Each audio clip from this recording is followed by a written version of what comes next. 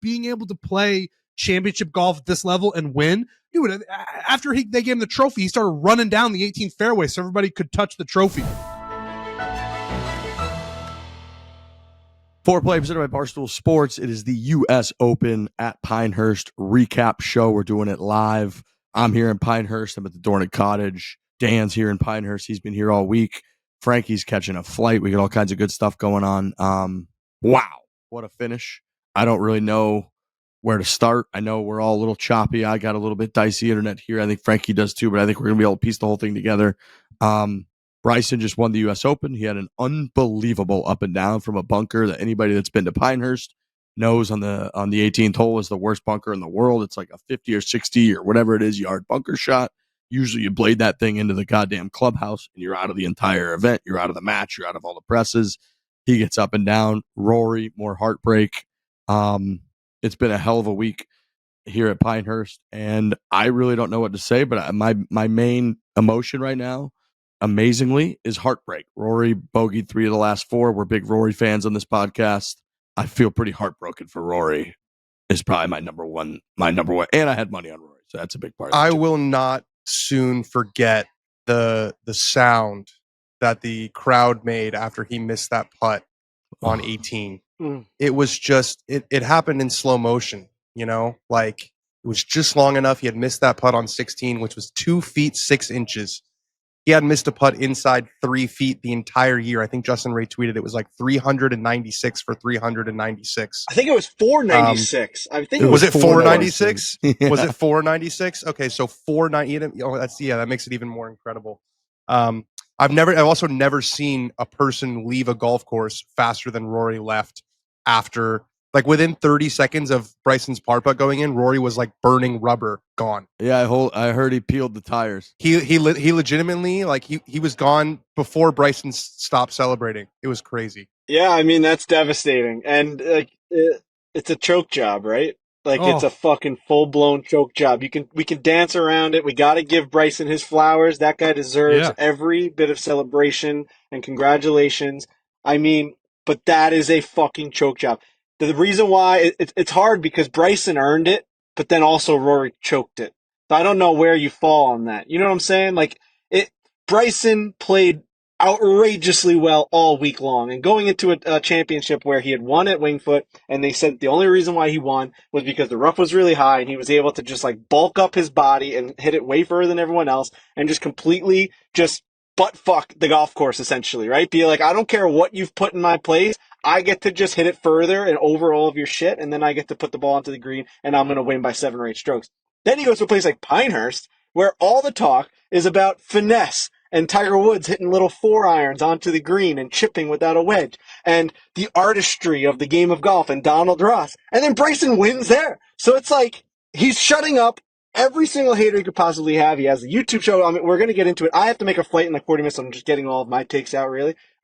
He had to do it at a place like this to really just solidify the type of all-around player he is. He's not one-dimensional. He's not just Bryson DeChambeau.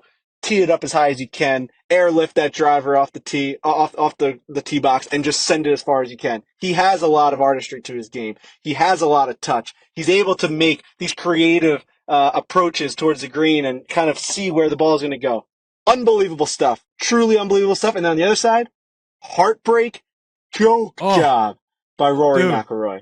Dude, if he wins that tournament, which he should have, he was too clear of Bryson with like 4 holes left. If he wins the tournament, it's one of the great putting performances of all time on Sunday. Like the numbers they were putting up, the putts early in the round were like 21, 27, 34. It's like this guy can't. Every time he stepped up to a birdie putt, and I had Bryson DeChambeau, I had money on him. Shout out to DraftKings. One of the biggest hits of my life. I love Rory. I'm a huge Rory guy. And I felt 10K. A little dirty, like rooting against Rory. But I was like, I want to win $10,000, and I did. But it's not like he could have made those 3-footers and just won the golf tournament. That's it.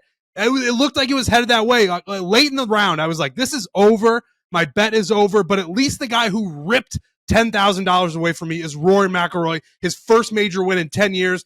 Fuck yeah. Pinehurst #2. What a week. What a Sunday.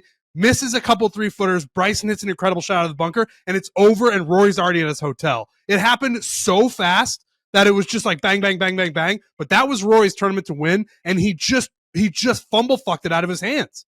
Yeah, it felt like the putts were going in the like mid-range and even longer than mid-range birdie putts that just would not fall at St. Andrews and would not fall at LACC. They were falling. They fell. And then he just missed those two completely short ones. But it felt like destiny. He had a 2-shot lead for about 10 minutes, and then it was gone. Yeah, it was. I'm with you, Frankie, where I feel so split a little bit on like Bryson's performance was phenomenal. And outside of even the golf, his performance the whole week was phenomenal. Him engaging with the fans, like he's the Hulk Hogan of fucking golf. He was like, dude, he was getting into it with the fans. They were like booing him when he didn't pull driver, and he knew they were going to boo him. So he was like, don't boo me. I'm not going to pull driver here, but like, I hope you guys still have a good time. He's got the YouTube show. He's got the whole thing going. So for him to be the Ryder Cup, like I remember after the Ryder Cup at Whistling Straits a couple years ago when we were like, he had the performance of a lifetime at the Ryder Cup. When he drove the first green at the Ryder Cup on Sunday and then made eagle, and everyone was like, this guy's the best golfer entertainment-wise on the planet. And then he just did that at Pinehurst number 2. It was insane. Like he was hitting these drives. There was one graphic where he hit one like 379 on a par 4, and they showed every other ball of the whole week, and he was like 50 yards past anybody else of the entire week. So like he just was out here doing the Bryson stuff, engaging with the fans. He makes the putt on 18 and goes absolutely ballistic. He was so into it, and he played the kind of golf, like you're saying, Frankie, that a lot of people like truly weren't sure that he could play. And at the Masters, he got shit on when he said it's a par 67 for me, and then he shot like 75 or whatever and didn't play particularly well, and everyone shit on him, being like he can't play a course like the Masters or a course like Augusta where it's artistry and it's Alistair McKenzie. He can't necessarily win at a course like here we got a Pinehurst number 2 where it's Donald Ross, and you got to be really you got to be an artist around the greens, and he just delivered in a completely different way than he ever has. This course played so differently, in my opinion, than like Wingfoot played, in that like you really did have to, on these tight wispy lies, you had to figure it out, and he did. And that up and down that he had on the last hole, he had like this weird shot obviously on the left side of the fairway. He was over there with the tree and he had a root. He backed off it being like, I really don't even know what I'm doing here. Then he hits it in the bunker, which is a horrible spot. Again, like that spot is nightmare fuel. There's people out there, you can hear their forks clanking usually when you're hitting that shot. You blade it into the fucking clubhouse and you're embarrassed and whatever. And he hits this unbelievable bunker shot to 4 feet, drills the putt, and in classic Bryson fashion, like he's got his pavons there, and everyone's like, he should obviously putt out first. Bryson's like shushing the crowd, like nobody really knows what's going on, and then he just drills the putt and wins the U.S. Open. So Bryson, you cannot take anything away from Bryson. You're absolutely right. Like that was such a sick performance, top to bottom. Pinehurst played difficult, so like those guys are making bogeys.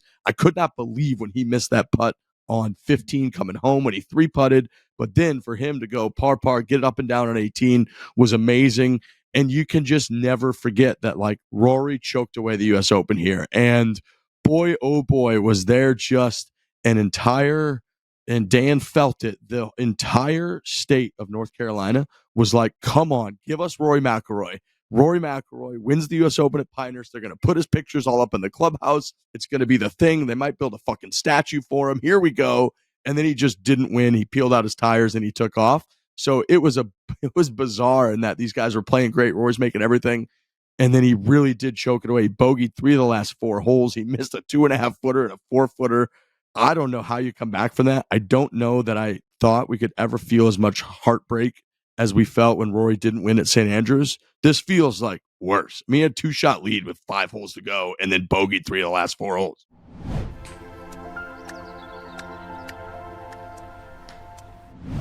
This episode is presented by Chevy, our great presenting sponsor, Chevrolet. I rented a Chevy here for the entire week, a Chevy Blazer.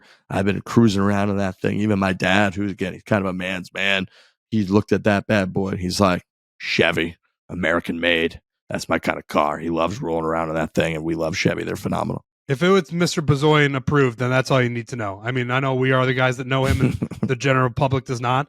But that's a man's man, and if he's in with Chevy, that's all you need to know. How did he feel about Xander's backdoor T8? He was devastated for Xander. My dad's a huge Xander guy. he really took a step backwards. My dad, when Xander came out with that shirt on like Thursday, he was crushed by that shirt. He couldn't. He came walking by the house, and my dad looked out there, and we were like, "What do you think of that shirt?" And he was speechless. He was like, "Oh God." Yeah, I think his line was like, I guess he got dressed in the dark. He kept telling that to everybody. He loved that line the whole week. But to your guys' point, if Steve Bozoyan's a fan, he is a man's man of Chevy, then they're doing a good job, and they are doing a great job. The Chevy, the Blazer EV, thing's phenomenal. We've talked about it before. We'll say it again. Motor Trend's 2024 SUV of the year, and they judged them all, baby. They judged big, small, gas, hybrid, electric vehicle, luxury SUVs, all of it. This bad boy, the Chevy.com, which is where you should go. Chevy.com/Blazer EV. This was their favorite. This was number one. This was their SUV of the year. So go on over to Chevy.com/Blazer EV. Check out lease offers and amazing deals. Chevrolet, together, let's drive.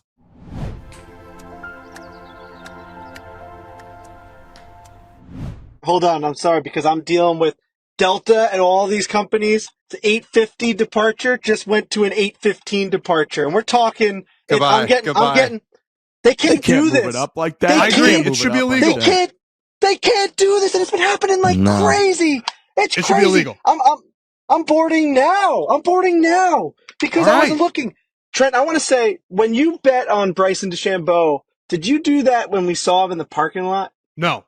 It I was did it after or when, and I before? don't remember which one came first. Did we do the podcast first and then saw him? All I know is that we walked into Bryson right before we left that place. Yeah, we did. And he had a look on his face, and then we got into the car, and Trent said, "I'm putting my money on Bryson DeChambeau," and that guy went out and won it. That little walk, I was hoping that it was that walk, and you saw it in his eye, and you went to your phone, No, and dude. you're like, I have to align myself. You won $10,000 on that guy. It was just him walking towards us to get into the golf course was something special then, because that's We did. unbelievable. Frankie and I ran And the into other him. thing We I'll was one say of those. before. Okay. I'm sorry, I know we got horrible service, and this is going to be a butcher job for Alex to be able to edit this. It's amazing that I'm missing my boarding time right now. I will say, and I know we had dinner with the guy, and he's a great guy to have a glass of wine with. Really good person, personable person. Brandel had a tough Sunday. Brandel Chamblee had a tough Sunday with Bryson DeChambeau. I got a lot of texts. What I couldn't hear. What was he doing? He just you could tell that. I mean, he said crazy shit about these guys that went to live. Like he basically attacks them personally for taking blood money, and says that every single one of them, he's gone pretty hard against them. So as Bryson was hitting these moonshots to the right and to the left, he wasn't hitting many fairways. Brandel was like, I just don't understand how this guy keeps getting lucky. It's at some point the luck's got to run out. All these lies are just perfect. And there was that tone in his voice where he's like, at some point this has to run out, and it just didn't. And I saw a lot of funny memes on Twitter of just of what's his name from Dodgeball walking out and grabbing a hot dog. He's Yeah. just so pushing people out of the way, leaving the booth. It was funny. But that's just a tough spot to be in. You're going to take that job if you're Brandel. If NBC offers you that analyst job, you're going to sit at that table, and you have to deal with all the things that you've said over the years. That's just what you have to do, right? That's a tough spot to be in. Sure. In reality. I'm sure he knows that. Totally. And we had said that months ago when they Hey, announced bye-bye. that he was going to be the guy. Bye, Frankie. I'll see you guys in Chicago. Go catch your flight. We had said that when they announced that Brandel was going to be the guy, which I can't remember what line we had, but we said something about with blood on his hands, he closes out the US Open. And you're Right.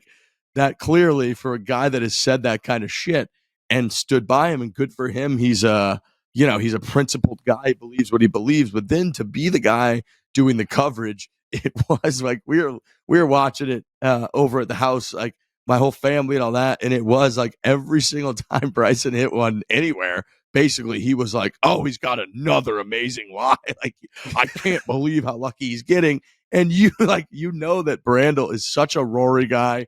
He is such a PGA Tour guy over Live and what he thinks is right and the whole deal. So whenever Rory, he clearly wanted Rory to win, and I understand that.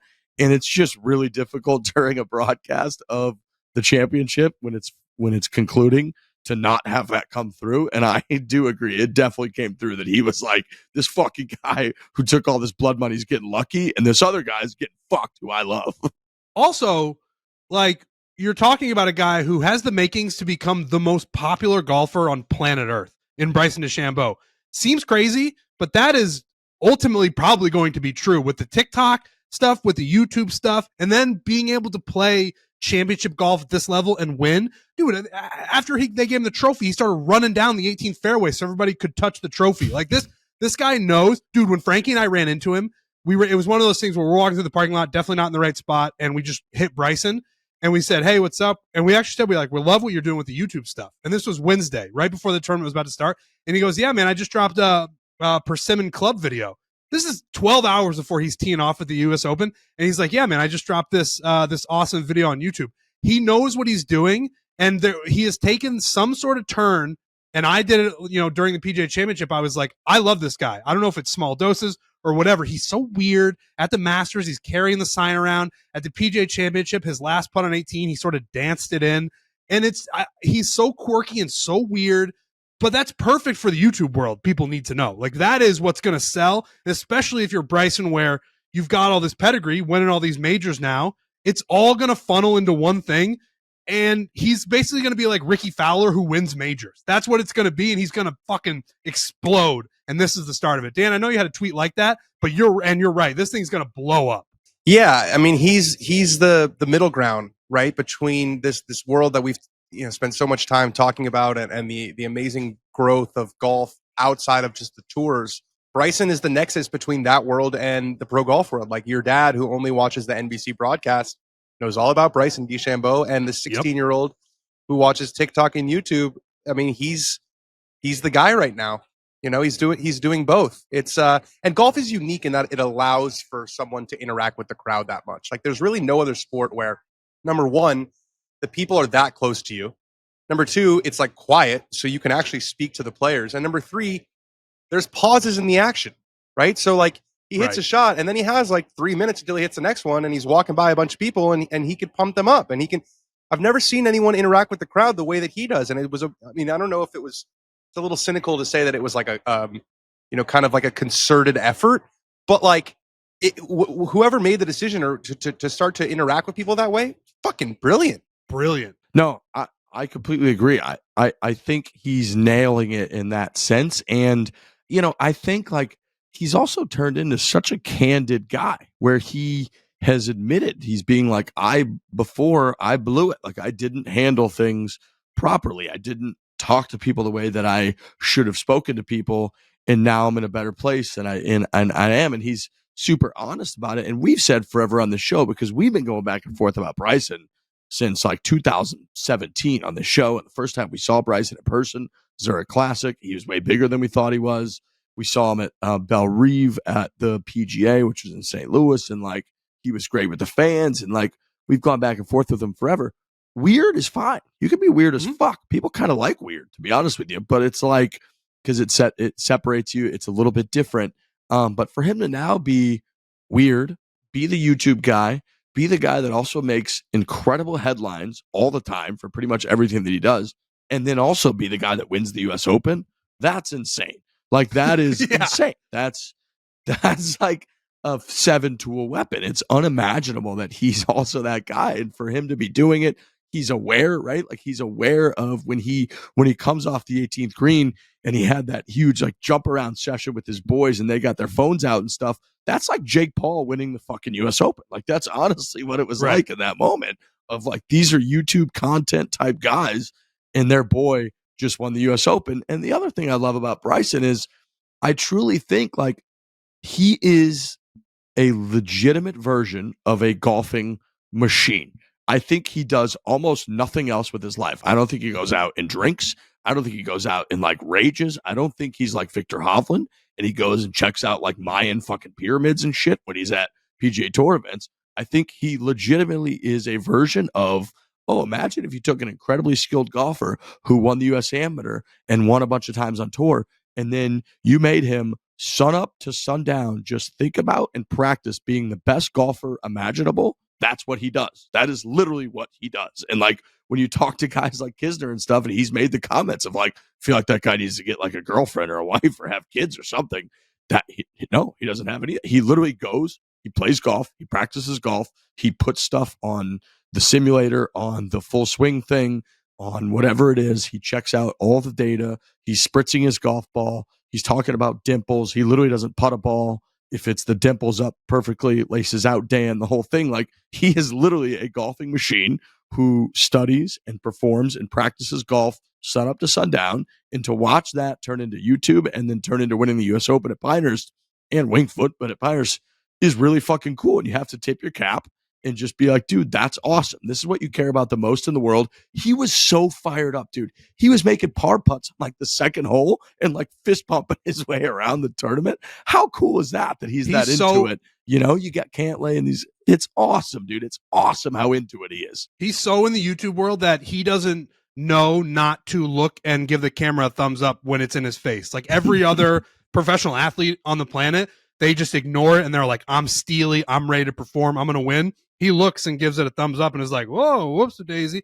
Yeah, and to answer Frankie's question lastly, why I bet on Bryson, on this podcast, we were talking about his irons that got 3D printed that may or may not be conforming, and I was like, that's my guy. I'm going to bet on that guy, and I'm just going to see what happens, because they were saying they were basically saying that they're like no twist face irons, and I was like, that sounds amazing. That sounds like a guy who could win the US Open. But yeah, Bryson he's just everything. He's on top of the world, man.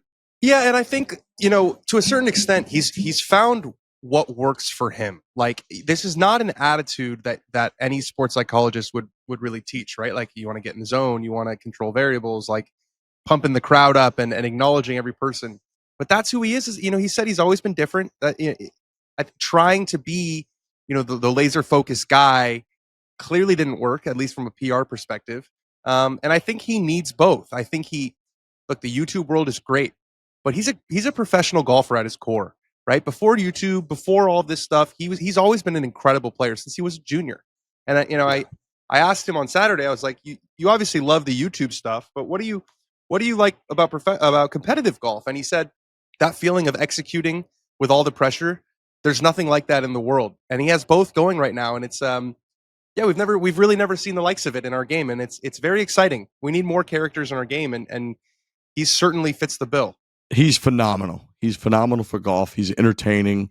You know, your group text that like, we always try to use that as kind of a barometer, right? And like my group texts that are like half golfers and whatnot still send Bryson stuff all the time about like, did you see this? Did you see what this guy said? Did you see what he was doing here? He's moving this sign around. He's like, he's not putting with dimples. Like whatever shit he's doing, it just kind of transcends, and it has for years.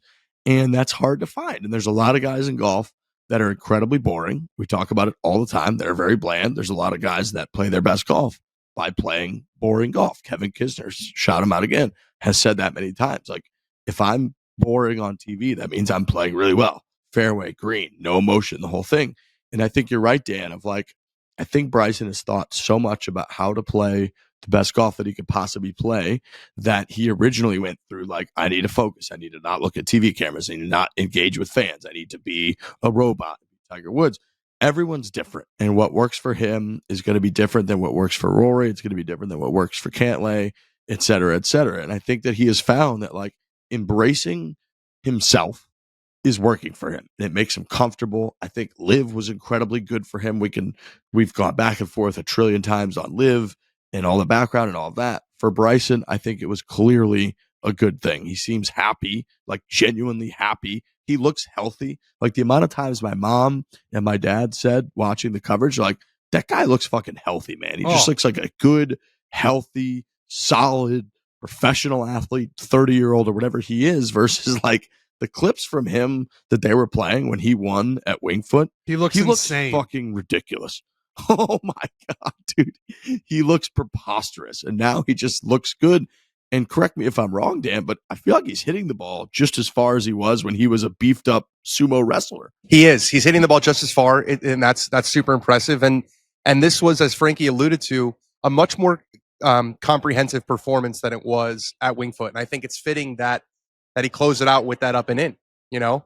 But I can't stop thinking about Rory, man. I can't even imagine what is going through his mind right now. But Riggs, you were talking about Liv. You know, I was talking to some people close to Bryson, and they said that it has made a big difference. And you know, you might roll your eyes at this, and there are some things about Bryson that seem a little corny at first, but they said that like his teammates on the Crushers like hold him accountable. They call him out on his BS, which I think is probably True. Like, that wasn't going to happen on the PGA Tour. There's just no team environment. Like, it makes sense that he's got these guys around him who like can make fun of him, and that maybe allowed himself to not take himself so seriously. And I also think just getting away from it, like, he was just the center of attention, and he was in this downward spiral when he was on the PGA Tour right before he left. And so he had that wrist injury too. And let's also not underrate just like he's playing good now, right? Like, it's easy to be. That's going to help any PR sort of rehabilitation project is playing well. But it's I've never seen a PR 180 quite like this. Well, and the Brooks thing definitely had him in a house of horrors. The Brooks versus Bryson thing that happened for 2 years, where Brooks clearly had the upper hand. He clearly had the majors. He had the crowds with him. People were chirping Bryson all the time, and I think the jump to live clearly cleared all that up. Certainly between him and Brooks. Brooks tweeted today like, "Welcome to the club" or whatever. Like, those guys are good. The Wolves aren't after him at golf tournaments anymore in terms of people in the gallery. So, yeah, the jump to live. It cannot be understated how big of an effect it had on Bryson in a positive way. Yeah, and I think we all agree that he was, prior to this, surrounded exclusively by yes men, and like the worst kind of yes men. Like, they just, everything he did, they were like, "Yeah, bro, like you're the fuck," and he just like, he kind of like, anytime anything negative happened, down to him walking into a fucking rope at a golf tournament, he literally could not handle like laughing at himself and being in a position where he's not like the king and the head honcho and everyone's like around him sucking his dick all day. And I could see that the live environment, team environment, has dramatically helped him. And golf is such an individualistic sport. And we meet plenty of these golfers that, you're a little bit of a weirdo if you're like, and same with tennis. And the tennis documentary showcases this a lot. These super individualistic sports, if you really don't get that team type of environment, it's really easy to end up this isolated type of like weirdo who just, you want to be basically pampered. You need to be pampered. Everyone wants to use you because you're kind of the guy. You're the CEO of this operation. You're making money and people make money off of you. And that leads to a very lonely, like weird spot where a lot of these guys are clearly surrounded by folks who just tell them whatever they want, blah, blah, blah. They're trying to get their percentage off them. And that's not like a real relationship. You're not surrounded by real people. Whereas I think team environment, we've all played like team sports, hockey guy, football guy, whatever, being in that locker room and having your balls busted and like you can't do anything without getting chirped by everybody, it brings you back to like ground zero a little bit, and it levels the playing field. And I think it allows you to have a pretty good perspective and social kind of like barometer on how things roll. And I think Bryson clearly did not have that for a while. I think that's the reason that he interacted the way he interacted with the fans, with the media, with that fucking rope, with everything. And now he seems to be in such a better place with all of that. And if that's because of the team, it's because of Liv, if it's because he recycled some of the people that work with him that are less just like strictly yes people, whatever that might be, I think it's very evident that he is so much better now with all of that stuff, with laughing at himself. And I would imagine that is a reason that it leads to better golf. He shot the 58 last year at Greenbrier on Liv. He finished tied for 6th at the Masters. He finished 2nd at the PGA, made that putt on the 72nd hole at Valhalla. It went crazy. Like, he's on a run, and it's really cool that this win wasn't out of the blue. He's, like you said, Dan, everything's obviously easier. Winning takes care of everything. Shout out to Tiger Woods. But like, he's on a tear. He's one of the best players in the world. He's been trending up, and then he wins at Pinehurst. Yes, he was getting some good breaks, whatever. But like, it didn't come down to that. It came down to Rory kind of choking. It came down to Bryson having a sick up and down on the last hole. It also came down to, shout out to DraftKings Sportsbook, the over-under line at the beginning of the week was 274.5, and 274 strokes is what won the event. Wow. So how about DraftKings Sportsbook being right on that? But it came down to a clutch up and down. It came down to hitting shots under pressure. The shot that he hit on 17, that hole is 220 yards, and he hit it right at the flag. If he hit it a yard too long, it goes over. Rory hit it in the left bunker. He hit a phenomenal shot there. And then on 18, obviously he wasn't driving it great all day long, but for him to finagle that from the root and the whole deal and the tree in his backswing, hits it in that bunker. And then we can't talk about it enough, but that bunker shot, phenomenal. He deserved it.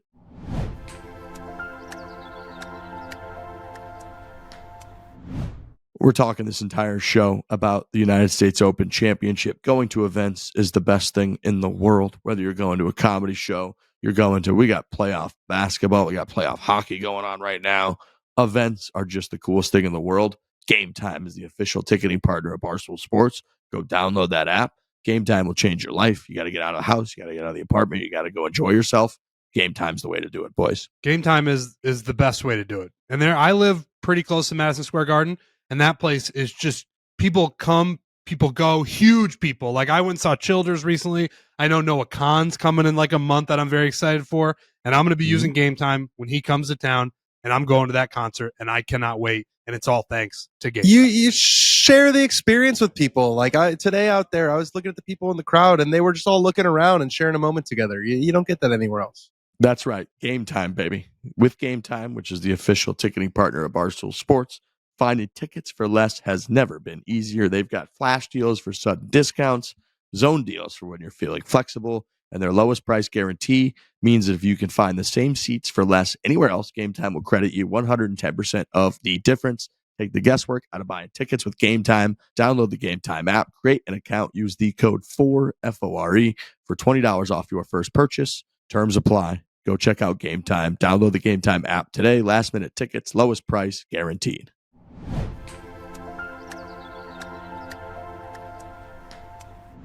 It cannot be stressed enough how absolutely devastating this week was for Rory McIlroy, who is the biggest star in the game of golf. So we're recording this. It's 7:15 Central Time for me. I'm in Chicago.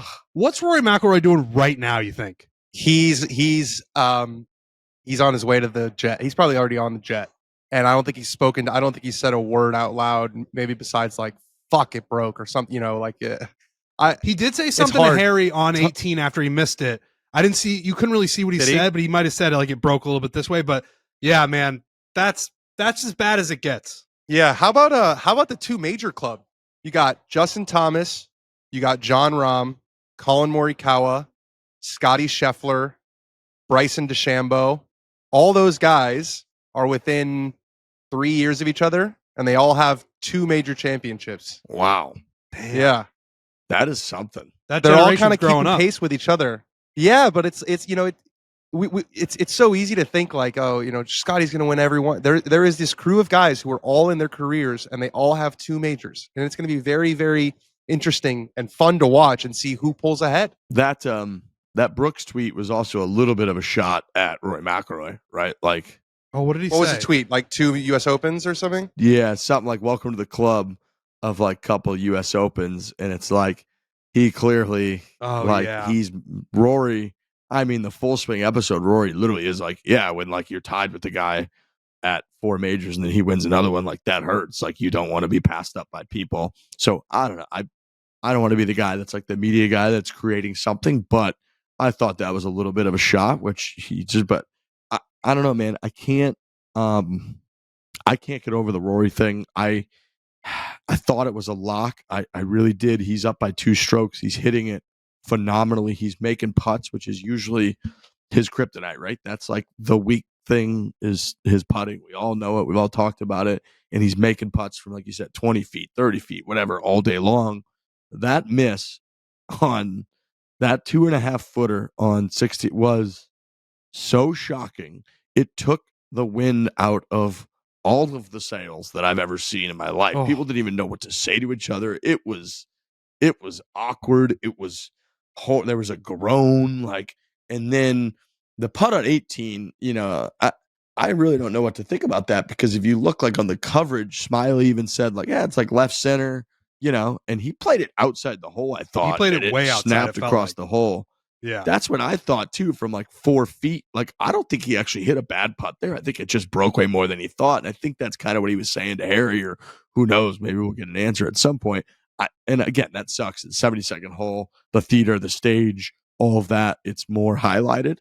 But that one I kind of understood, of like, it was above the hole. It's a slider, whatever.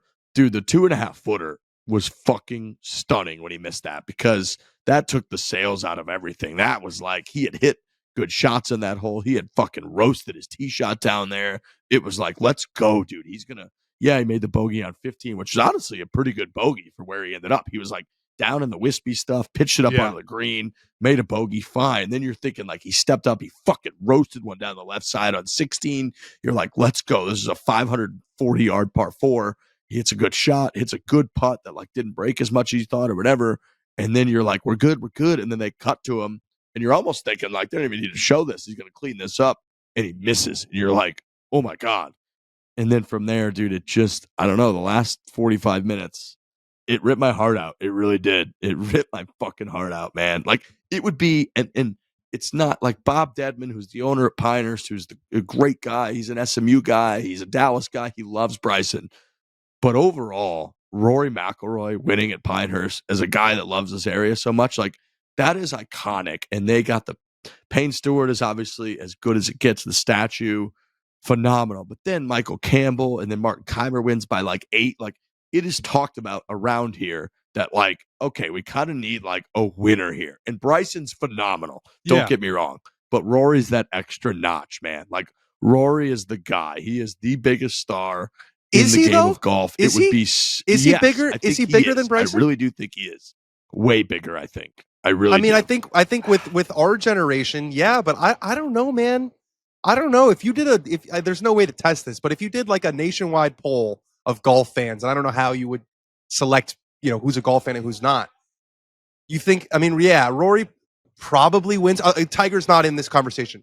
Rory probably wins because there's more people older than 25 than there are younger. But what do you think, Trent? I don't think it's as like sure thing as Riggs does. Also, you're coming at it from a hot moment. Like when Bryson's hot and he's winning and he's popular, he's great. When he's not liked, dude, he's like hated. Rory's got the legacy thing. Just Rory's Rory. He's always been the guy, and you want the guy to win at your golf tournament, largely. But that's us talking. Like, also, it's pretty early in Bryson's whole deal. So, he could end up winning 8 major, whatever the number is. And it's like, wow, Bryson won here. That's crazy. But I get what Riggs is saying. Rory he just brings a whole other level. He answered a question this week. What did he say? He's like, I'm answering the questions that the golf course is asking me. That's the type of guy who you want winning your golf tournament because it clearly means so much to him. In terms of popularity, I think that's a really hard question. I think it's a really, really hard question. Bryson is so popular, but it can turn. Rory's always going to have that sort of pedigree where it's like, wow, Riggs is right. Having Rory's picture hanging up like at Pinehurst number 2 would be like, holy shit, Rory won here. I think so. And I think right now you're right. It's really close. Like Bryson DeChambeau just won the fucking US Open. I think Rory is about as controversial as he's ever been with the live stuff. I think people are a little bit sick of it, right? And he's even sick of it. And he sort of removed himself of it. He's on the policy board. He's not on the policy board. He's super anti-live. Now he doesn't say anything. And he's like, I was, he's divorced and then he's not divorced. Right. So I think right now it's close, but I think the longevity, if you really compare Rory and Bryson DeChambeau in terms of longevity, in terms of legacy, like Trent said, it's Rory, dude. Rory is like a top 5 or 10 star, like I think when he's done, like in the history of the game, like he's Rory McIlroy, dude. He is massive, and he's a Ryder Cup legend, and he's throwing clubs, and then he poured a bucket of water on Meghan Markle. Like, I mean, he is Rory McIlroy. He's an interesting cat, and he's just kind of, I feel like he transcends golf a little bit. Bryson right now, I think you're right. Bryson at his peak, he just won the U.S. Open. He's super popular. But you got to remember, dude, with all the slow play stuff and with like some of the weird comments that he's made with the rope stuff, like people weren't responding and tweeting about when he had the rope incident in a fun, playful way. They were like, this guy's a fucking weirdo. This guy sucks. Like they were like really against Bryson. So I think the longevity, it's Rory. But right now, you're right. I mean, he's about as popular as it gets. The crowd was going crazy for him. And I think he's a great winner for here. And his picture up there, people will always remember. Like, honestly, that bunker now is iconic. That bunker on 18, everyone's going to hit it in there and be like, oh, this is the Bryson bunker. He was in there raking it, which is super cool. But also people are going to remember, like, Rory missed those putts. People are never going to forget that Rory McIlroy missed putts at Pinehurst number 2 to like lose the US Open. And it's great. It's great for the legacy. I just think like having Rory McIlroy the storyline. It's his first time in a decade winning a major. It was at the US Open anchor site. Rory, like that just would have been a little bit of a notch even higher than the Bryson thing, which is heartbreaking that it just didn't work out. I think it's like, it's like Watson at Turnberry, Phil at Wingfoot. Yeah. And this. Like, I think Rory at Pinehurst will go down like that. I really do. The more time I get, you're right. If Rory was in the final group, I think he would be remembered, and it went down the same way. I think it would be remembered as like one of the biggest choke jobs in golf history. I think because he exit stage and then Bryson had time and he made the putt and all of that, it's not quite as stinging. But like when it happened to Phil at Wingfoot in 06, like there was no one else on the golf course, dude. Yeah. It's over. And everyone's like, all right, Mr. Mickelson, now play this last hole. Let's see how you do. And he hits it in the fucking trash can. He hits a tree and he makes $1 million and like loses the tournament. And everyone remembers that. And he's standing there and he literally says, I'm such an idiot in the whole deal. I don't think Rory's like stands out quite as much because of that factor. But for us golf podcasters and stuff like that have been, I mean, that is an all-time choke job. He made like 4 birdies in 5 holes from 9 through like 13, and then bogeyed 3 of the last 4 to lose the U.S. Open, including missing a 2.5 footer and a 4. And he needed a good That's up and down insane. on 17 to avoid bogey in the last 4. The up and down on 17 was really good. Right. DJ at Chambers Bay also kind of comes to mind to a degree. Yeah, but this has the context of 10 years. I know. It's bad, dude. I tell you what, it's bad. Yeah. It's bad.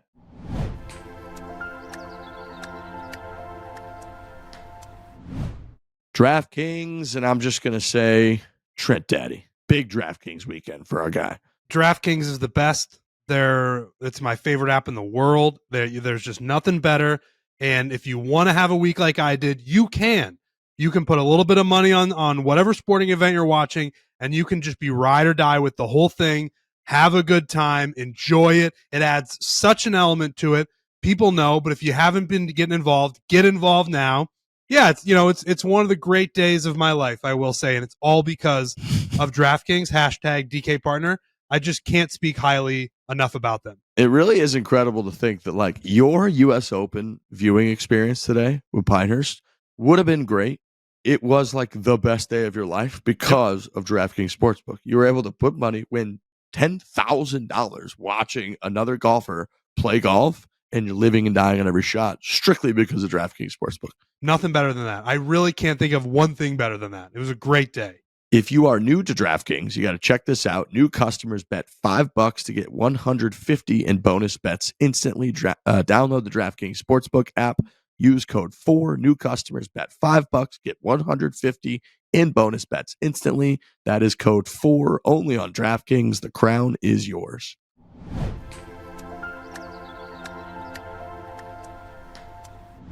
What's a harder shot? The Fitzpatrick shot at Brookline or Bryson's shot at Pinehurst? I think that like Fitzpatrick's shot was really difficult because of the circumstance and you can mishit it. But like the shot that Bryson had was brutal to get it back to that pin, because if you go over that pin, you're probably losing the US Open, right? Like it is so easy. I was standing next to a bunch of European TV people who were crestfallen is the only word I can use, like just heartbroken. But anyways, They were saying before, they're like, there's no way that he can get this to the upslope, right? Like he's going to leave it in the, he's going to leave it 25 feet short. Yeah. Because you can't risk hitting it over the green. And then it just kept trickling and trickling and trickling. I think from a pure difficulty standpoint, Bryson's is harder to get close because he had to get it up and in. Fitch just had to get it down in 3. Right. I don't even know what club he would hit there. That's like an what impossible club would you shot hit there, Dan? Would you hit like a pitching wedge or something and try to hit it like a greenside bunker shot? Like, what do you do there? I mean, his is so hard also because his lob wedge is the length of like a 7-iron. I mean, watching him hit bunker shots this whole week was crazy because it looks like he's got like a driver in his hands, and then he like puts the handle super low and he finds the way to hit these like high soft ones. I bet it might. Yeah, it might have just been like I don't know. He's probably so amped up. It might have just been his 60 degree, and he just smashed it. But he was going crazy after he hit the shot. I don't know if they showed that on TV. He was like, He was. They did, like yeah. he knew how good it was. He was, dude. I'm with you. I think so. I don't know if TV fully did it justice, but so anyone understands, like he's got that 45 whatever yardage it was bunker shot, and it goes up. There's a big swale at the front, and then it goes down, and there's like a little valley, and then that Payne Stewart pin on the back right is like a little bit back up the hill. And you're right. Like the easiest thing in the world to do is to just hit it 20 feet short. That's pretty much what anybody does. That's like, even when we played our Kisner Scramble, that's where we ended up for like our bar putt, because it's like, no matter where you are, it's like easy to just hit it there. For him to hit that thing all the way back to the pin means like he risked hitting it. If you go 2 or 3 yards farther than he wanted to go, like you're saying, Dan, you're now out of the US Open.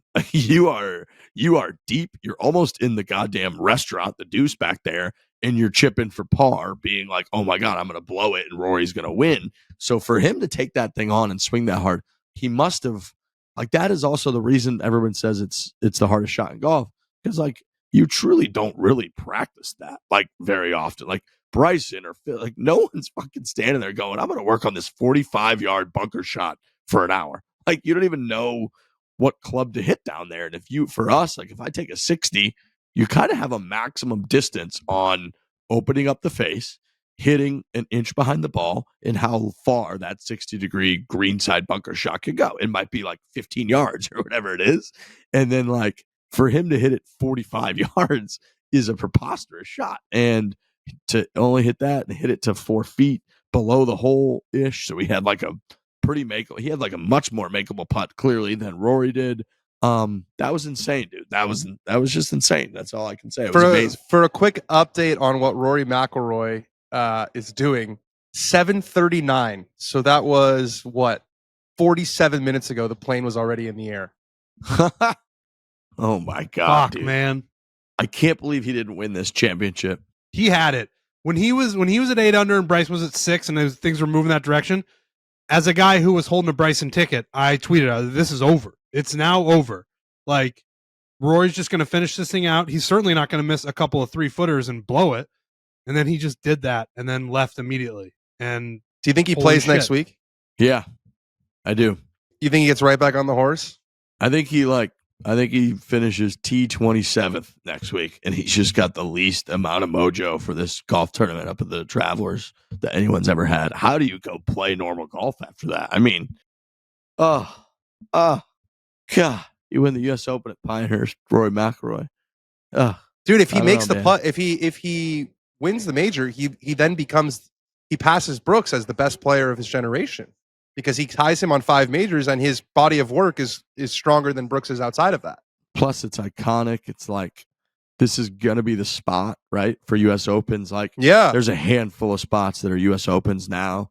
Pebble's probably the number 1, but like Wingfoot and Oakmont and Shinnecock are up there. Pinehurst has entered there, but after the next 20 years, when they keep coming here every 5 years, like, this is the spot. So it's going to be like, you win the Open at St. Andrews, you win a U.S. Open at Pebble, you win a U.S. Open at Pinehurst.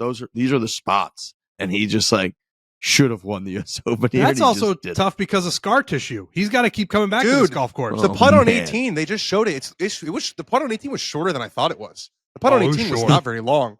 So I thought the putt on 18, I was listening on radio. They had these radios that were unfucking believable. Have you guys ever tried had those? I saw people wear those. Are great. But they work. No, those but they work now. They didn't used to work. They worked everywhere now. And they kind of made it seem like it was 4 or 5 feet. I just saw it. It was not 4 or 5 feet. It was short, dude. He had a good chip. Chip up there. It just got worse for me. It just got worse. He kind of did the like, he didn't want to put his head down, but he almost did. And then he reminded himself, like, I'm on TV. I'm not going to put my head down. But if I were anywhere else and there weren't this many cameras and people here, I'd be putting my head down because I don't want to look at anybody. Dude, he also did after he missed the 2.5 footer on 16, he did the weird like stop right away. Like he was like worried about the high side lip out, that it was gonna, like, he knew he missed it and was already thinking about the next one, being like, Jesus, don't leave me another slider. Like and I don't know how you handle those situations, but like your brain has to be thinking in those moments, I'm collapsing. Like it's happening. it's happening. I went from like confident and I'm winning the US Open to like now I'm losing it. I'm losing the US Open, and you can feel it and I can feel it, and I'm the one hitting the putts. And like you can kind of sense that as you're watching it. And I don't know, man. Like I just thought until the moment on 16, it was over. It was like, this guy's got it. Bryson 3-putted on 15. And when he missed that one on 16, it was like, oh shit. Oh, he's going to lose this. And then for whatever, like, it just felt on 18. I was like, I don't know, man. I feel like he's going to miss this putt. And then he just missed the putt. And I don't know. I don't know how it was, dude, it was the way he lined up. I'm with you. I thought he was going to miss it. When he stepped up to it and where he had it lined up. And listen, I know nothing. Certainly, I know nothing about the 18th green at Pinehurst number 2. Like, oh, what do I know more than Rory knows? But I know when he was lined up outside, I was like, I think he's going to miss this. And then he did. And I was like, holy shit, that was crazy.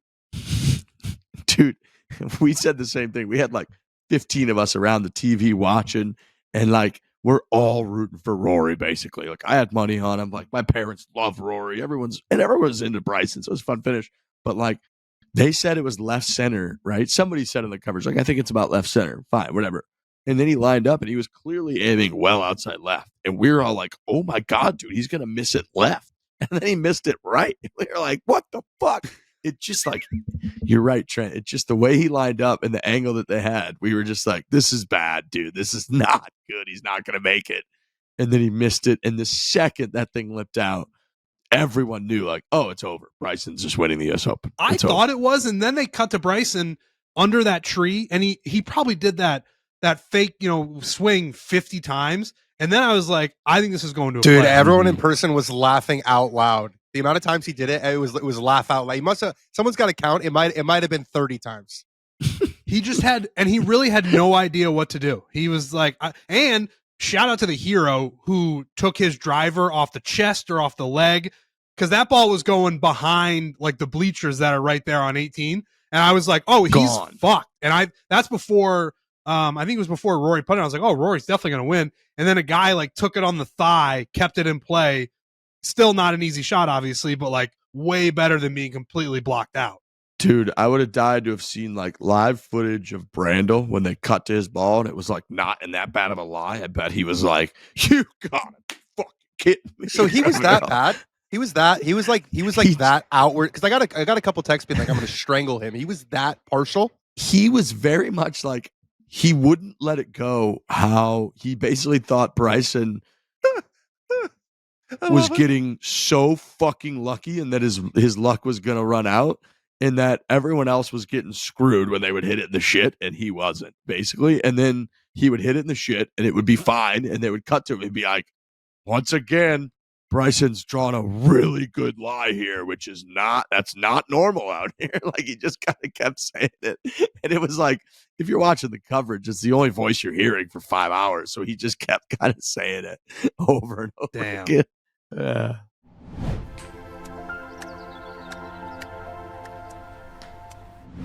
Your hair may grow fast, but after going to Sport Clips haircuts, you'll wish it grew even faster. That's because Sports Clips has the best seats in hair, and that may or may not be because they happen to be right in front of TVs playing sports all day, every day. Dan Rappaport recently went to Sport Clips.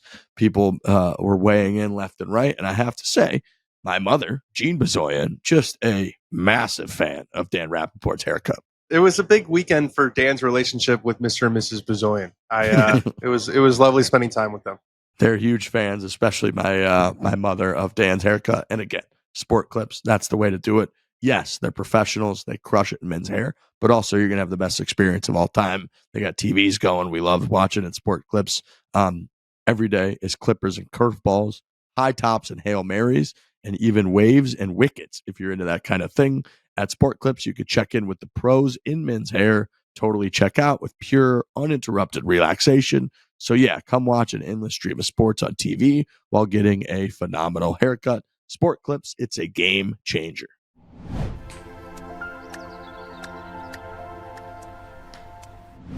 Overall, it was awesome. It was amazing. Phenomenal. So good. I mean, phenomenal US Open. I thought the leaderboard was great. I thought the golf course really held up. We were all kind of guessing. everybody knows people and has had those moments where you're like, I want it to be an over par US Open winner. That's just like a cool thing to want. And this week I really felt, and I'm pretty biased, clearly, love this place, but like I clearly felt like it just didn't matter. Once we got to the point where like the course was hard enough, there were only however many people under par, 5 or 6 people or 4 or 3, whatever it was at the end of the week.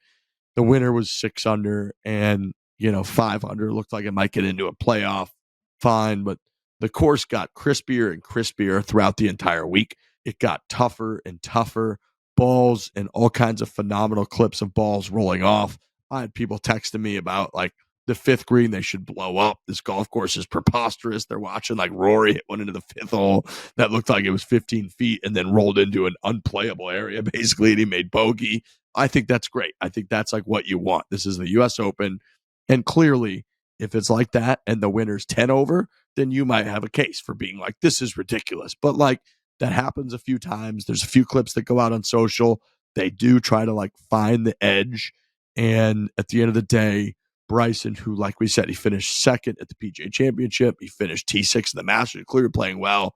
He wins. Rory, maybe the best player of this generation or one of the best. He finishes 2nd. Cantlay was up there. Like, clearly it was the better players who had a chance to win. I think at the end of the day, like the guys that you thought, hey, if this is really a tough golf course, this is going to expose the difference between the guys that were like up there that maybe shouldn't have been, and like Pavone and like these guys that you weren't quite sure, like, oh, fuck, are we going to get another Michael Campbell or Martin Keimer wins by 8? And like the course, I think, presented itself so perfectly that like those guys did end up being just like a few holes away from being able to contend because the golf course held up. Like a hole like the 13th hole yesterday on Saturday was so phenomenal. It was great today too. People could drive it, but like it's 368 yards. It was playing on Saturday, and we watched Finau and Ludvig both made triple on it. Finau is 40 yards short after 30 yards short after he hit a wedge that looked good, spun off the front, and he's fucking putting the ball. How awesome is a golf course? How much does it have to be in your brain that you're putting the ball into a back bunker and making triple from 30 yards off of false front? That course is clearly in your goddamn head at that point, and I think I just think it's great. It was fun to watch, and I thought it presented well. 6 under was a good number. That was the number at Brookline too, and I feel like that course got rave reviews. I don't think it's with how far the guys hit it right now. I don't think it's possible to have a course be fair and have the winning score be over par, unless you go to like 60, par 69 or par 60. Because like, I mean, you mentioned on 16, it's like 530 yard par 4, and like those guys are hitting 9. Well, I don't know what Bryson hit in. Bryson hit pitching wedge it. Now his irons are ridiculous, but still he hit a pitching wedge it. Yeah, so I just think this is. I think starting in 2030 or whenever they roll these balls back, I think even par might be in play again. But I think if they chase that number, it would lead to a setup that's across that line. And I don't think no one really bitched. I mean, even Tyrrell Hatton was like, "Yeah, I got nothing to complain about except for myself." And so when he says that, you know that you've done well. What was the leader at after round 1? 5 under, and then to have the winner be at 6? Like 5 under, bro. Yeah. That's what you want. That's beautiful. Also, Scotty Scheffler nowhere to be found. Yeah, it was interesting. Stunning.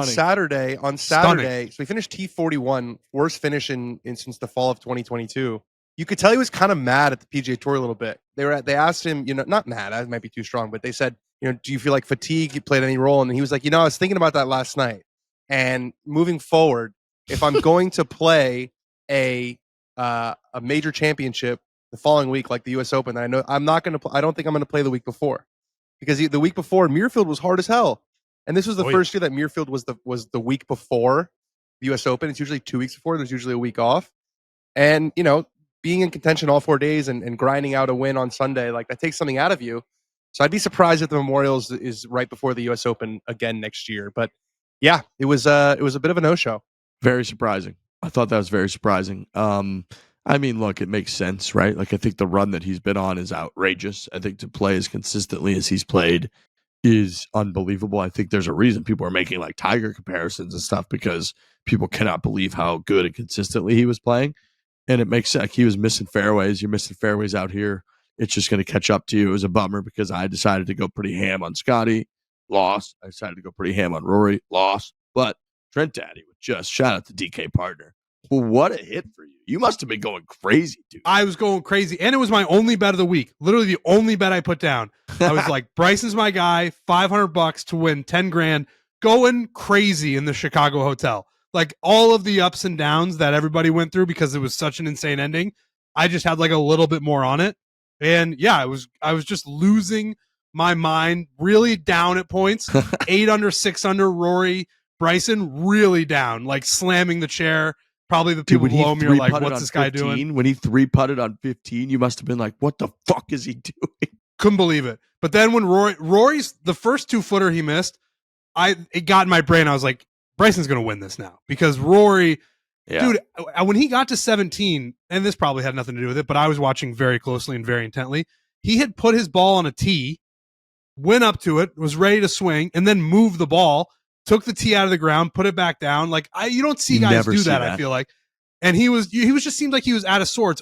Could have easily made a bogey on 17. And then obviously the putt on 18 happened. Yeah, man. I don't usually when I bet somebody like that, like I bet Ludvig during the PGA Championship, that thing was done by like Saturday morning. And you're just like, all right, well, it would have been fun to see it out. Even being able to see the Bryson bet play itself out, like, oh wow, I'm still in this. Oh, we got a 3-shot lead going into Sunday.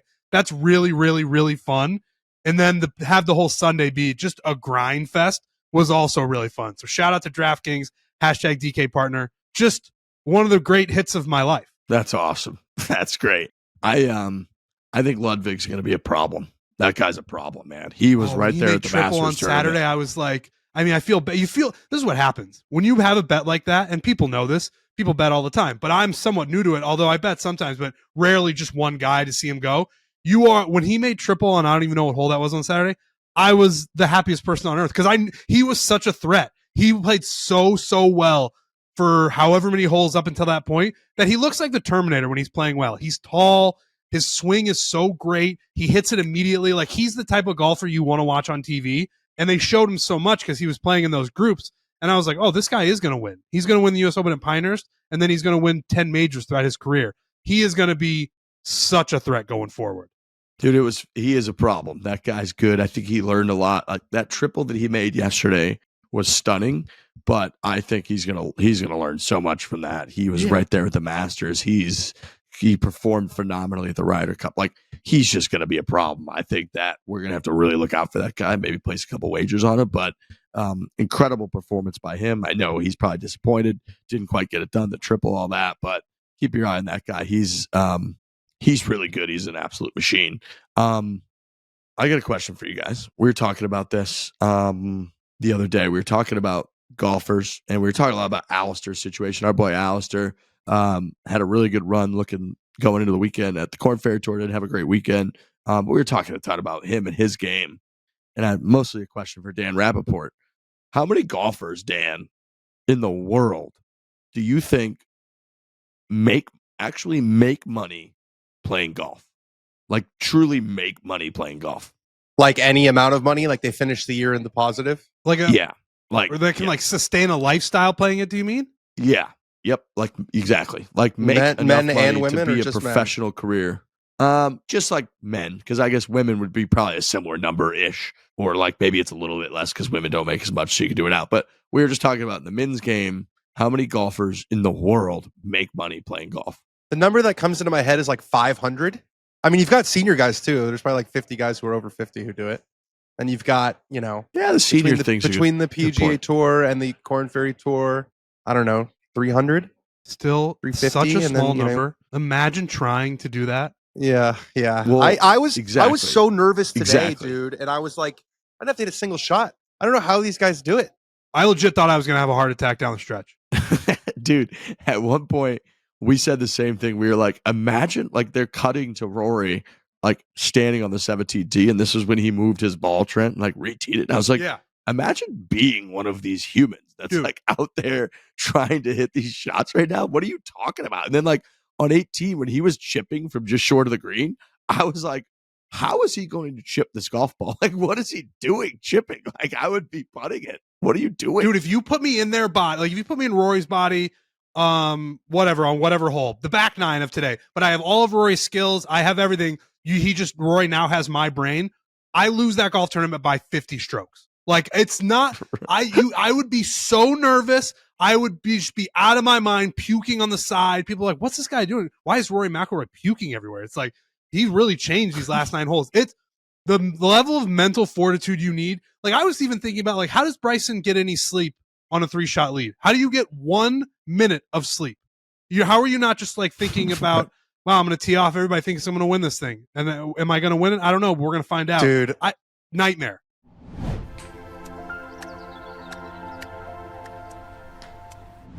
Look, we love hats. We're outside. We're playing golf all the time. If you're in the golf world, you're going to like hats. You're going to wear a lot of hats. Yes, I'm wearing a strict Payne Stewart hat today because obviously the U.S. Open, all of that, every other day of the week and pretty much every week, I'm rocking an Imperial hat.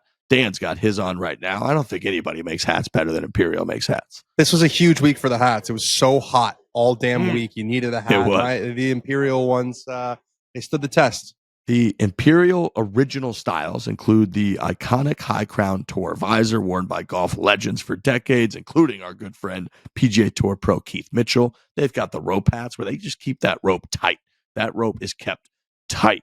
It's clean. They've got such good integrity. I think that's the best way to describe the Imperial hats. They got great integrity to them. They get all kinds of good styles. They crush it. Licensed collections made in partnership with all kinds of organizations available on their site. They include styles with event logos for the Phoenix Open, the Players Championship, the President's Cup, which we're going to be at, 2024 U.S. Open, which we're talking about on this show, 2024 PGA Championship, and a bunch more.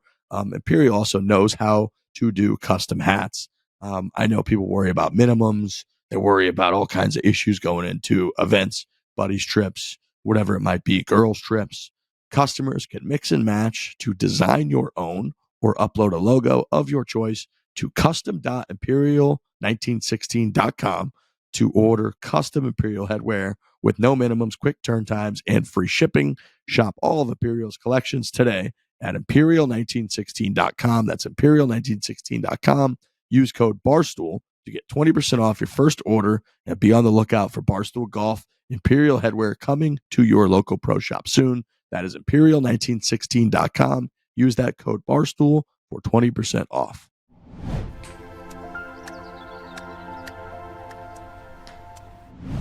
I feel so bad for Rory because it's like he has a gazillion bajillion dollars. He's won everything there is to win in golf since his last major, and no matter what happens, it doesn't really matter unless he wins a major. Like, it sucks. Yeah. It's not fair. If he wins the FedEx Cup this year, what does that change? Guy has an incredible track record, an incredible career, and right now everybody's Rory McIlroy sucks. Right, dude. Like, he finished second. He finished, I think he was like around the top 10 of the PGA. You know, unless he wins at Troon, it's just another lost year. He's like, well, what do you mean? I made $50 million and I'm 2 in the way. Everyone's like, doesn't matter, dude. Of those 300 guys, it could have changed now because of Liv, but of those 300 gentlemen who can make money playing golf, he's like number one, and people are like, this guy stinks. It's a tough spot to be in. They're like, this guy just doesn't have it, dude. What's wrong with that guy? Choke job. And you're like, no, dude. And like, it was a choke job, dude. Like, he choked the fuck out of that golf tournament. And I feel bad saying it because I love Rory.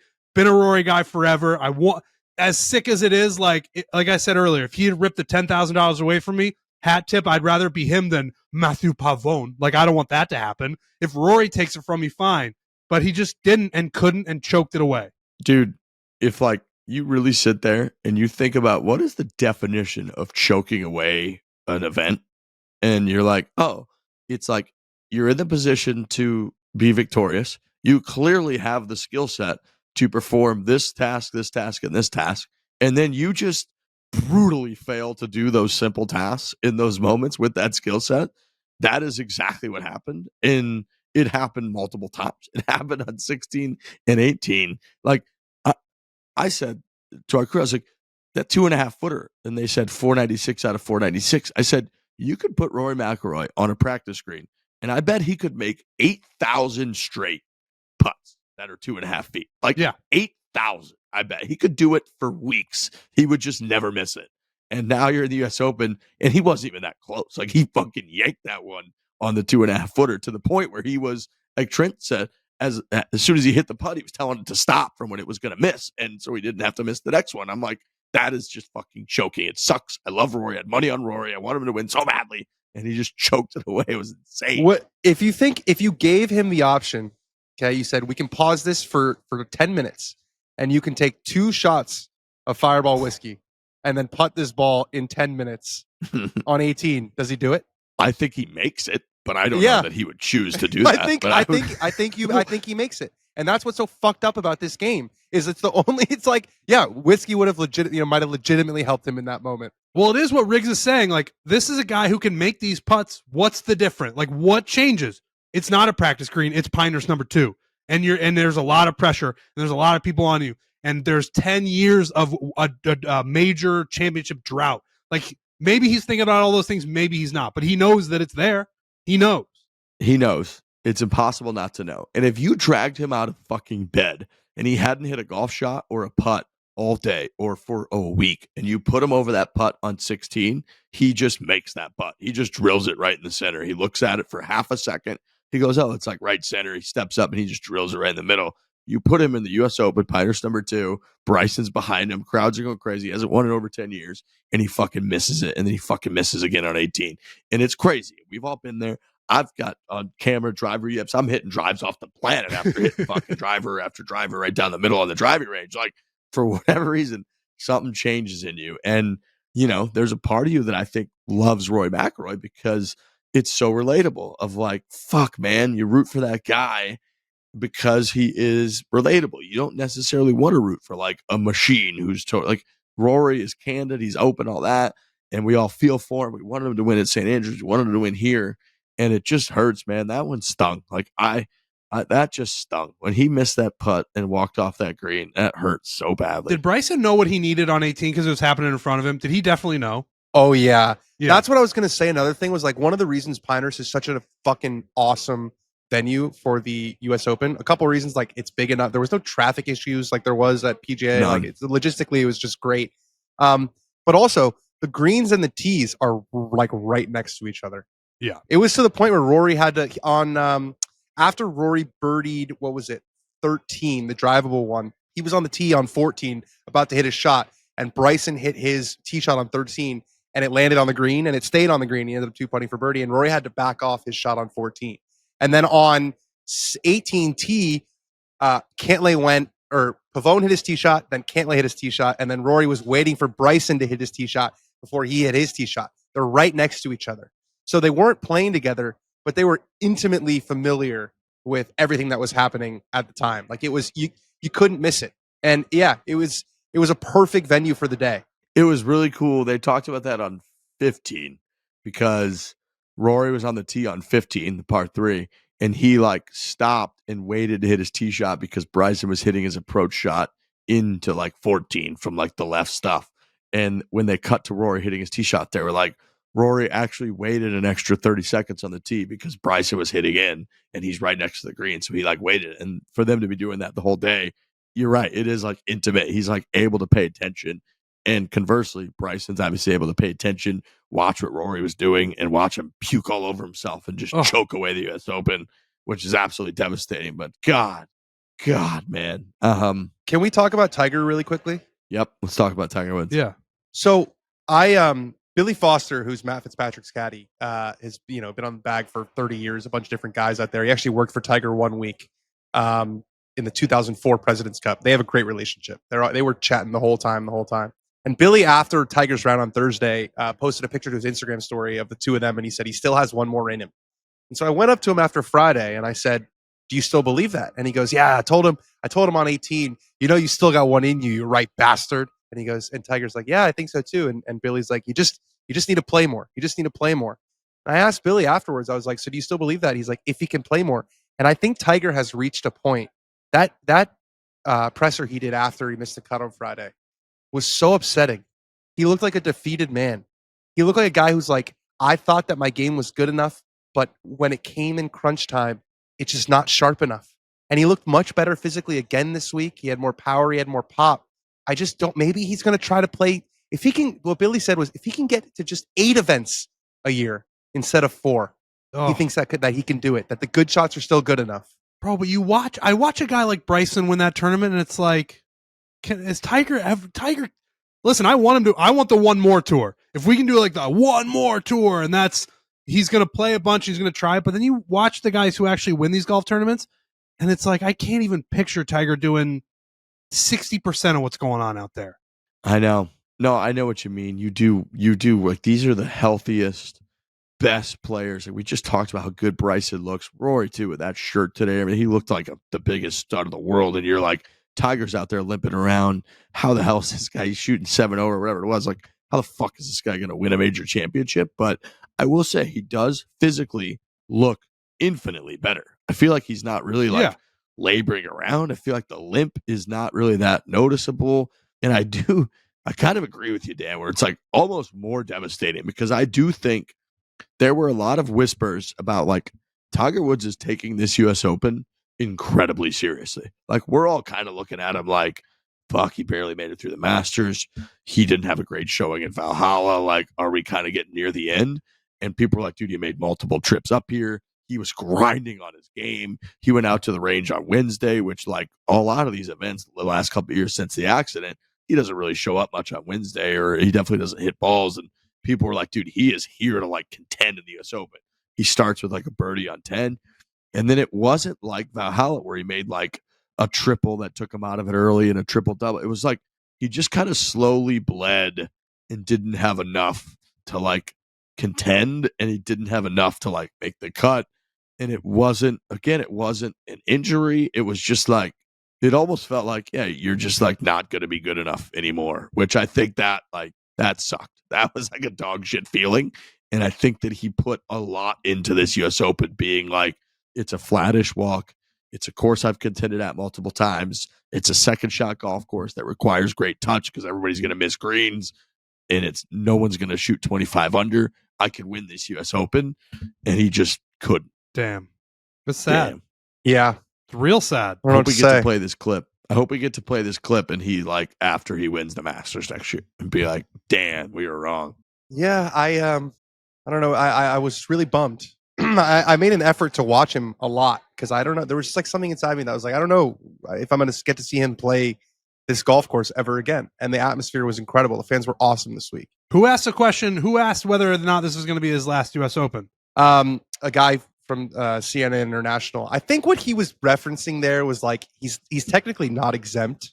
He had to get a special exemption into this one. That's right. So maybe that's what he was referring to. I don't know if he's like contemplating retirement, but it just felt really sad because like before you said it was so far from even a possibility that it's like, yeah, if he gets through 72 holes, but this time was different and he had that energy going into the week. It was hot out, right? Like he was healthy. It was an easy walk. It was like, this is it, dude. You're the guy. And look, like there are a lot of positives. Like he got to play. He could have easily played 72 holes. Like if he made the cut, like health wise, I think he's right there. So that stuff is all positive, but it is like, it's got to be pretty demoralizing. It definitely demoralizing as a Tiger Woods fan to be like, this was a spot where he should have been able to have his best. And if that's his best now, that's fucking devastating. That's just like not what we want. Now, again, it's Tiger Woods. We've said a million times, like he does the undoable and he always has. So you never know. But I think you're right. I think he's got to play more. And I don't know if he can.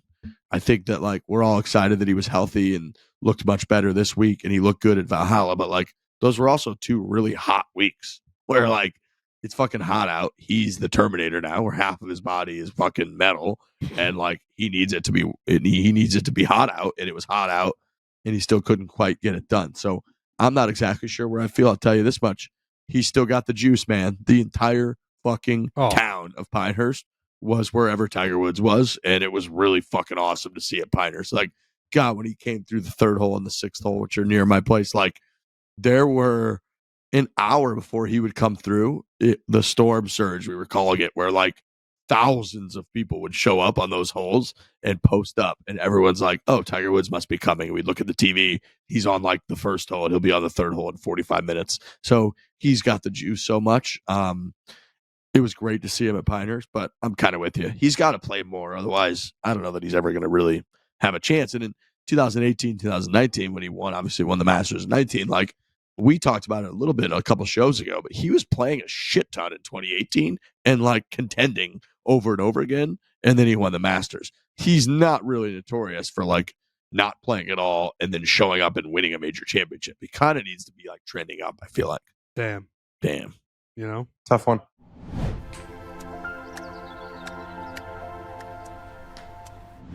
This episode brought to you by Body Armor Zero Sugar. Look, we've been going to the Barstool Classic all year. We got Barstool Classic Monday, Tuesday in Chicago. Trent Daddy, Frankie, you're going to be out there. It's hot. It's humid. You're drinking. You're truly having a good time. You got to stay hydrated. Nobody keeps you hydrated better than Body Armor Zero Sugar. I am addicted to their lemon lime flavor. I love it. They send them my way to my apartment, and I drink them within like 3 days. I put them all in the refrigerator. They get ice cold. And then I just drink lemon lime, zero sugar Body Armors all day long. They are so good. All the flavors are good, but the lemon lime one is by far my favorite. I love the orange one. I don't know also what it very is. good. I'm just obsessed. Oh, the orange one is fantastic. And like you're saying, they just hydrate you so incredibly well. You have one, you feel a million times better. So whether you're looking to stay hydrated, maybe you're recovering from a long weekend, a long night, Body Armor Zero Sugar has got you covered with great tasting flavors. We got fruit punch, we got lemon lime, we got orange, we got all kinds of good stuff. We love it. It's delicious. They don't have any of the they got no artificial sweeteners, they got no flavors or dyes or any of that BS that you don't want in there. None of the bad stuff, only the good stuff. Body Armor Zero Sugar, available in stores nationwide. Head on over to Walmart, get yours today. That is Body Armor Zero Sugar, available in stores nationwide.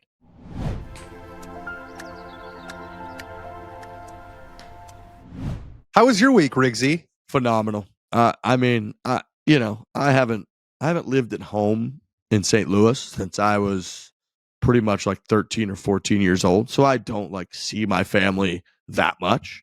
And we had my parents out. We had my brother and his family out. We had a couple of my best friends from home and their young families out. We had a bunch of local friends stop by. I mentioned a few times, but like Joe LaCava, his son, Joe Jr., who caddies for Logan McAllister, who was like leading the tournament on Thursday. They came by several different nights, had a bunch of beers, and we just kind of hung out. And it was like the best week I've ever had in my entire life. My family's still here. They're over at the house now. But it was genuinely like probably my favorite week of all time. The memories, the pictures, the amount of laughs that we had. Our boy Moses, I don't know if you guys know Moses. Frankie knows him really well. We met Moses, he was caddying at Chambers Bay, and then he was working for NASCAR here in Raleigh. He came by and played a bunch of golf with us. My guy Scotty, who's a realtor here in town, he came by like every day. Mike Myers, who's 12-year-old Pete's dad, who 12-year-old Pete's now like 16. Their family have turned into be like some of our best friends. They came by and they're all texting every day, like, how much ice do we need and whatnot. And it was like funny watching the actual handy people be like loading up the cooler and gearing up all day. And it was like we were doing a boat day every day, except it was just like on the deck. And we were going to sit there from 10 a.m. until like 8 p.m. and we were going to watch the U.S. Open all day. And that was exactly what we did. It was super fun. Everybody came by and we were taking a ton of pictures and throwing beers at people. And it was just, it was a 15 out of 10. We had like them. Dan came by. You came by one night. You hung out with the whole crew. It's just a friendly, like Midwestern crew.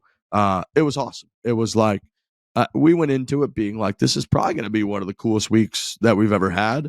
And it was like 5 times cooler than I thought it was going to be. We just had the fucking best time. The U.S. Open's going on. We had the TV on. You could hear roars. Like, it was funny because on the, after they go through the 6th hole, we pretty much don't see anybody. Everybody clears off the golf course, especially on Saturday, Sunday. And we had the TV on the deck, and we decided to just hang out there and drink instead of battling the crowd today. And you could hear a roar on like 15 or something, and you could literally tell the difference between like a Rory roar, a Bryson roar, a Rory groan, or like a Bryson groan. You could kind of hear it, and then someone would guess what happened, and then they would cut to that like 15 seconds later on the coverage and show it. And we turned out to be pretty accurate about it. So like being able to hear the roars through the trees here in Pinehurst, it was just phenomenal. This place is so good. I know like you guys have spent a good amount of time here. We all love Pinehurst. Obviously, I love Pinehurst about as much as anybody. I cried leaving this place, but it delivered. I was so happy for Pinehurst that like it delivered. You could tell the whole town here, the whole village, all the people that live here, like God, we've been buying merchant like US Open 2024, US Open merchandise in there for like 2.5 years. So it's always like when that buildup comes, and then you forget that like it's 1 week, man. Like they build the town, they move Payne Stewart's statue, they do all this stuff for 1 week of the year, and they have 1 week to deliver, and like they gotta deliver, and they fucking delivered. So it was like it felt really cool to know all the people that put so much work into Pinehurst, into the golf course. I loved seeing Jeffries, who's the superintendent here. He got a huge shout out on the 18th green during the trophy ceremony. He like lives and dies on the grass and the sand here on Pinehurst number 2. And like to see the course deliver the way that it did, held up, but it was fair. All the hospitality, like there were no major incidents. Scotty Scheffler didn't get arrested. Like the whole thing just went as well as it could possibly go. So I was there were happy a lot of jokes. I made a lot of jokes to the security folks about every time the guy was like, "Hey, can you stay on the sidewalk?" I was like, "Don't arrest me! Don't arrest me!" Also, update: Rory landed 16 minutes ago. So he's already home. He's already home. Back in Jupiter. He's home. It's fucking. He's home. Yep. It's still light out here in Pinehurst. Like he just putted out right there, and he's already fucking home. But yeah, it was the coolest week in history. Spent so much time with my parents and my brother, my sister-in-law, like my nephew and niece. And like I said, I don't get to spend a ton of family time with them just because I'm not in St. Louis that often. We travel, whatever. I hadn't really seen them other than when we were in Colorado when Trent broke 90 and we had the Barstool Classic there. That was the first time I'd seen my family since like Christmas time. And I know Trent's pretty similar because you don't live at home either. So just being with your family is really, really cool, and be able to share it at Pinehurst with the US Open. My family are all big golfers, big golf fans, like all the players walking by, and you're hanging with your dad, you're having beers all day. It was just the coolest thing of all time. So I had a great week. I'm fired up. They're all there now. So we're going to go have a couple truly hard seltzers and kind of wrap up the weekend. But it was awesome. I'm happy for I might Pinehurst. come by, Riggsy. Come by, Dan. Have a drink. I'm happy for Bryson DeChambeau. Like we've had up and down relationship with him, but he's just such an entertainment.